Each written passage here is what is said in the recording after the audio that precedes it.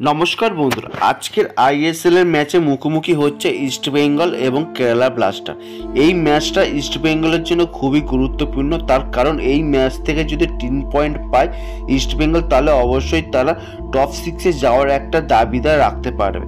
এই মুহূর্তে আইএসএল এর টপ 6-এ যাওয়ার জন্য 6টা টিম রয়েছে, অর্থাৎ 5টা টিম কনফার্ম তারা টপ 6-এ কোয়ালিফাই করে গিয়েছে এবং একটা স্পট এখনো পর্যন্ত ফাঁকা রয়েছে। সে একটা স্পটের জন্য 6টা টিম লড়াই করছে এই মুহূর্তে। Bengaluru FC, Jamshedpur FC, Punjab FC, Chennaiyin FC, north east United এবং ইস্ট বেঙ্গল, এই 6টা টিম রেসের মধ্যে রয়েছে এই টপ 6-এ যাওয়ার জন্য। যার ফলে ইস্ট বেঙ্গলকে যদি যেতে হয় তাহলে অবশ্যই যে লাস্টে 3টে ম্যাচ রয়েছে সেই 3টে ম্যাচ থেকে সম্পূর্ণ 9 পয়েন্ট পায়, তাহলে অবশ্যই ইস্ট বেঙ্গলও এই টপ 6-এ যাওয়ার জন্য একটা দাবিদার হতে পারে।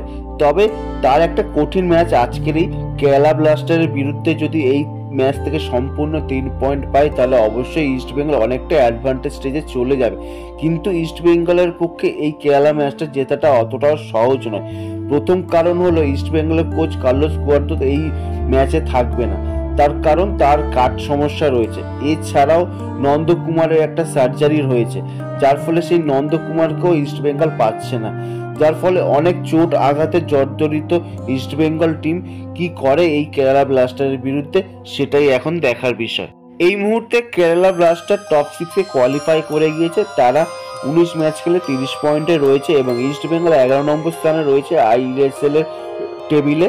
তারা 19 ম্যাচ খেলে 18 পয়েন্টে রয়েছে, যার ফলে ইস্ট বেঙ্গলের পারফরমেন্স এই আইএসএল এর যথেষ্ট খুবই খারাপ। তার কারণ তারা একদম লাস্টের দিকে রয়েছে এবং এই কেরালাকে হারাতে পারবে কিনা সেটাও একটা সন্দিহান রয়েছে। যদি আমরা এই দুটো টিমের মধ্যে হেড টু হেড ফলো করি তাহলে লাস্ট 5খানা ম্যাচে দেখব কেরালা ব্লাস্টার অনেকটাই এগিয়ে রয়েছে এই ইস্ট বেঙ্গলের বিরুদ্ধে। লাস্ট 5খানা ম্যাচে ইস্ট বেঙ্গল মাত্র একটা জিতেছে, একটা ড্র করতে পেরেছে এবং 3টে ম্যাচ হেরে গেছে কেরালা ব্লাস্টারের বিরুদ্ধে এই ইস্ট বেঙ্গল। যার ফলে বোঝাই যাচ্ছে যে কেরালা কতটা শক্তিশালী একটা টিম বা কতটা ভালো পারফরমেন্স দেয় এই ইস্ট বেঙ্গলের বিরুদ্ধে। যদিও ইন্ডিভিজুয়াল লাস্ট 5খানা ম্যাচে কেরালা ব্লাস্টারের খুব একটা পারফরমেন্স ভালো না। লাস্ট 5খানা ম্যাচে তারা 3টে ম্যাচ হেরেছে, একটা ম্যাচ জিতেছে, একটা ড্র করেছে। ইস্ট বেঙ্গলেরও সেম একই অবস্থা, তারা লাস্ট 5খানা ম্যাচে 4টে ম্যাচ তারা হেরে গিয়েছে এবং একটা ম্যাচ জিতেছে চেন্নাইন এফসির বিরুদ্ধে।